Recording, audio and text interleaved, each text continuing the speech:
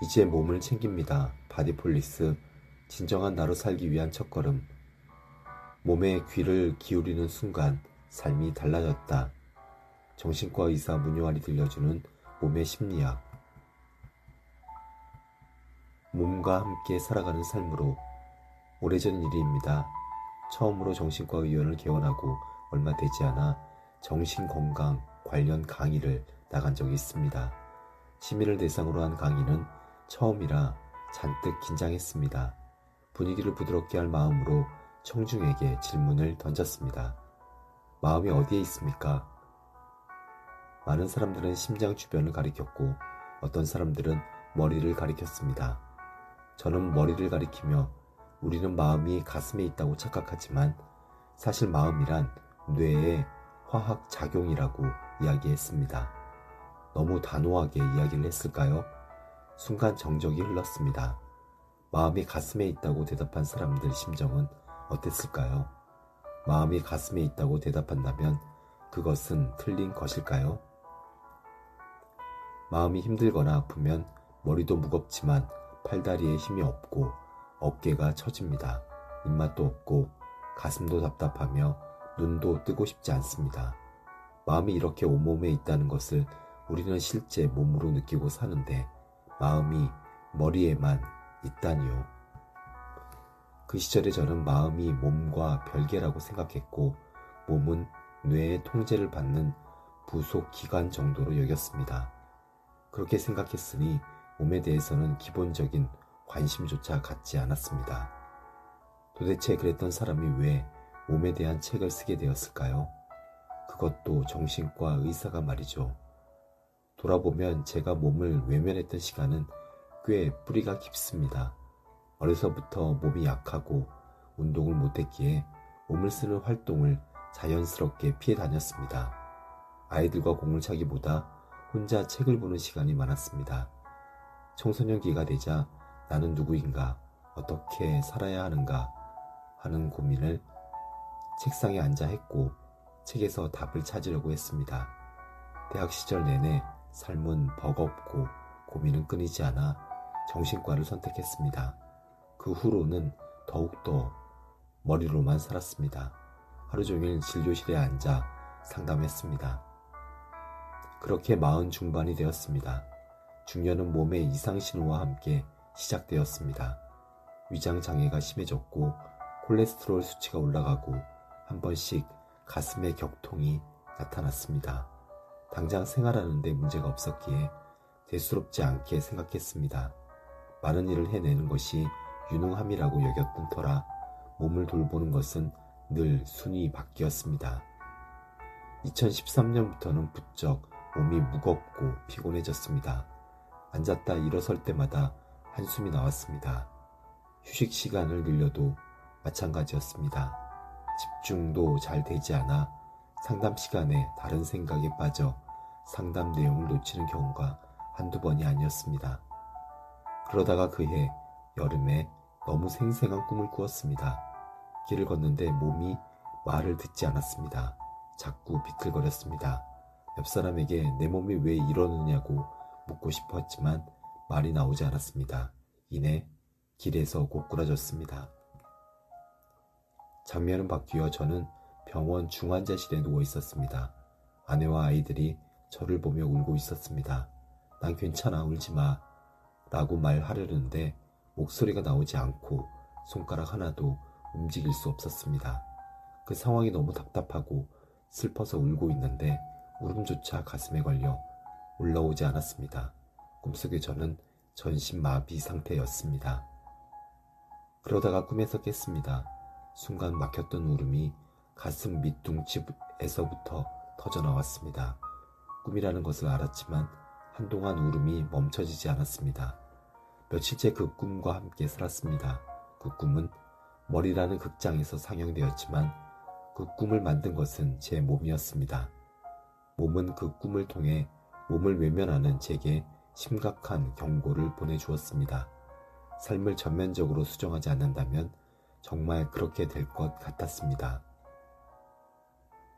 고민 끝에 긴 휴식을 갖기로 했습니다. 미래의 은퇴 후 시간을 미리 대출받아 쓰고 천천히 갚기로 마음먹었습니다. 자발적 안식년을 갖게 된 것입니다. 그 시간 동안 주로 여행을 다녔습니다. 사실 그것은 머리가 아니라 몸의 결정이었습니다. 몸이 원해서 길 위에 섰고 몸이 이제 됐다고 이야기를 할 때쯤 여행은 끝이 났습니다. 그 시간 동안 머리는 잠잠해지고 몸이 깨어났습니다. 몸의 감각이 깨어나자 삶의 속도가 조절되었고 삶의 현재성을 회복할 수 있었습니다. 밥을 먹을 때 밥에, 대화를 나눌 때 대화에, 길을 걸을 때 제 몸에 마음이 함께 했습니다. 몸이 있는 곳에 마음이 함께 머무른 것입니다. 가분수 같은 머리로 사는 삶이 뒤집어지고 진분수 같은 몸으로 사는 삶을 보냈습니다. 몸의 깨어남은 여행이 끝난 뒤로도 이어졌습니다. 수시로 몸의 주의를 기울이게 되고 몸과 이야기를 나누게 되었습니다. 이는 식습관을 비롯한 생활 습관의 변화로 이어졌습니다. 운전을 하거나 대중교통을 이용하는 대신 걸어 다녔고 습관적으로 먹던 밥과 국 대신 채소와 과일을 먹게 되었고 일상에서 몸의 자세와 움직임을 느끼며 일상 활동을 운동으로 여기게 되었습니다. 치유에 대한 관점도 달라졌습니다. 언어로 하는 상담을 벗어나 몸을 통한 마음의 치유와 훈련에 관심을 갖게 되었습니다. 신체 심리학 이론과 소매틱스 프로그램 등을 접하고 이를 일상에서 좀 더 쉽게 접근할 수 있도록 치유 걷기나 몸챙김 프로그램 등을 만들었습니다. 이제 몇 년 동안 펼쳐온 몸으로의 여정을 한 권의 책에 담았습니다. 이 책은 몸의 감각을 깨워 몸과 마음을 연결시키고 몸을 통해 건강뿐 아니라 마음과 삶을 돌보기를 권하는 몸의 심리학입니다. 물론 시중에는 건강과 관련된 책들이 수도 없이 많고 우리 시대의 몸에 대한 관심은 아주 뜨겁습니다.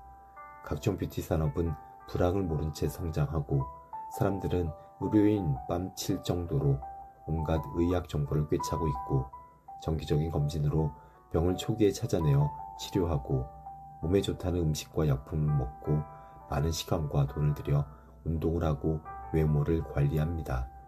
그러나 이러한 몸 열풍에도 불구하고 우리 몸은 더욱 소외되어 가고 있습니다.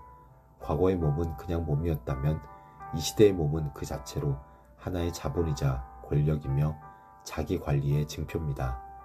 형식적으로는 계급과 신분이 사라진 이 시대에 자동차, 아파트 혹은 출신 대학 등이 자신을 드러내는 새로운 신분제 역할을 하고 있다면 그 중에서 가장 두각을 나타내는 것은 바로 몸입니다.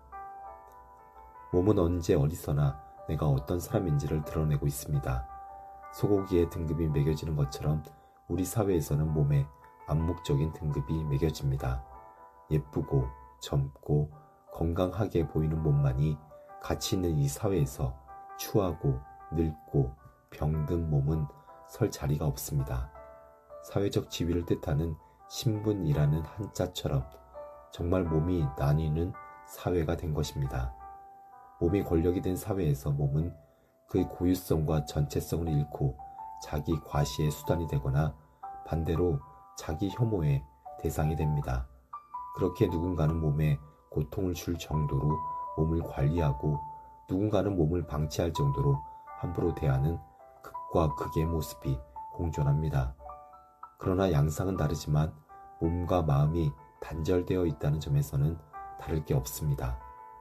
몸에 지나치게 신경을 쓰든 방치하든 사람들은 정작 일상에서 몸을 잘 느끼지 못합니다. 위장은 배가 부르다고 신호를 보냈는데 계속 음식을 먹는다거나 몸은 아프다는 신호를 보냈는데 계속 무시하고 일이나 운동을 하거나 체력은 10분 뛰는 것조차 버거운데 머리로는 2시간을 뛰어야겠다고 계획하거나 몸은 상대와 있는 게 싫은데 웃으며 긴 대화를 나누고 있습니다. 이런 몸과 마음의 단절이야말로 심각한 자기 분열이며 현대인들의 심신을 교란시키는 가장 큰 원인입니다. 이제 우리의 몸과 마음은 만나야 합니다. 우리는 몸에 기반을 두고 살아가야 합니다. 몸과 마음이 연결될 때 몸뚱이가 아니라 몸이 될 수 있습니다. 그것이 동물의 몸뚱이와 다른 인간의 몸입니다. 이를 위해 우리는 일상에서 몸을 챙겨야 합니다. 그것이 이 책의 주제입니다. 다만 이 책에서 말하는 몸 챙김은 건강을 챙기는 것을 넘어섭니다. 몸과 함께 살아가는 것을 말합니다. 이 몸 챙김이라는 말 속에는 몸 존중, 몸 자각, 그리고 몸 돌봄의 세 가지 의미가 담겨 있습니다. 한마디로 몸 챙김이란 순간순간 따뜻한 주의를 몸에 기울이는 것을 말합니다. 내 몸을 삶의 동반자로 여기고 일상생활 속에서 내 몸이 어떻게 느끼고 무엇을 경험하는지를 잘 알아차려 몸에 기반하여 살아가는 것입니다. 놀랍게도 몸에 대한 자각은 심신의 건강과 생활 습관의 개선은 물론 삶의 풍요로움으로 우리를 이끕니다. 몸의 주의를 기울이는 것은 굳어버린 뇌와 의식을 깨우는 지름길이기도 합니다. 그렇다고 마음이 중요하지 않다는 의미는 아닙니다. 이 책에서 말하는 몸은 마음의 상대어가 아니라 마음이 깃든 몸이기 때문입니다. 그에 비해 몸챙김의 상대어인 몸놓침은 마음이 깃들지 않은 몸을 뜻합니다. 즉, 몸을 느끼지 못하며 살아가는 것을 말합니다. 이 책에서도 편의상 몸과 마음을 구분해서 사용할 때가 있지만 사실 우리의 마음은 온몸에 걸쳐 있습니다. 우리는 당연히 뇌를 두개골 안의 신경 조직이라고 생각하지만 뇌는 온몸 구석구석에 퍼져 있습니다. 몸, 뇌, 마음이라는 말은 인간을 보다 잘 이해하기 위해 구분한 것일 뿐 실제로는 통합적으로 기능하고 있습니다. 생명의 역사가 이를 말해줍니다. 먼 옛날 세포가 모여 몸이 되었고 몸에 신경이 만들어지며 능동적인 움직임이 시작되었고 그 신경이 중추와 말초로 분화되면서 뇌가 출현했으며 뇌가 진화하면서 의식이 나타났습니다. 물론 인간의 의식은 자기를 초월하고 우주를 품을 정도로 광대무변하지만 기본적으로 뇌와 마음은 몸을 돕기 위해 만들어진 몸의 일부라고 볼 수 있습니다. 몸은 단지 뇌와 마음의 하부기관이 아니라 그 뿌리입니다. 그렇게 우리 몸은 삶의 중심이며 세계와 관계 맺고 자기를 이해하는 근본적인 기반입니다.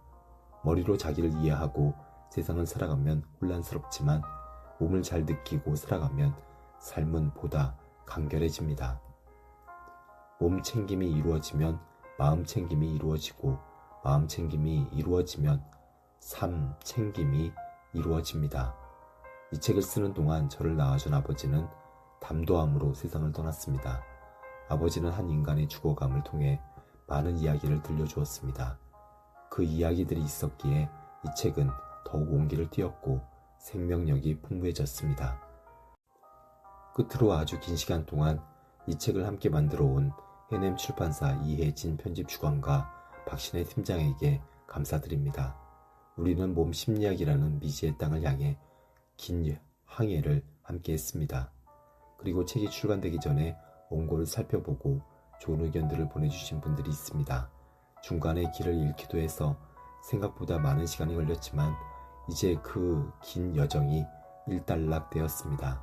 그분들이 있었기에 무사히 닻을 내릴 수 있었습니다. 감사합니다.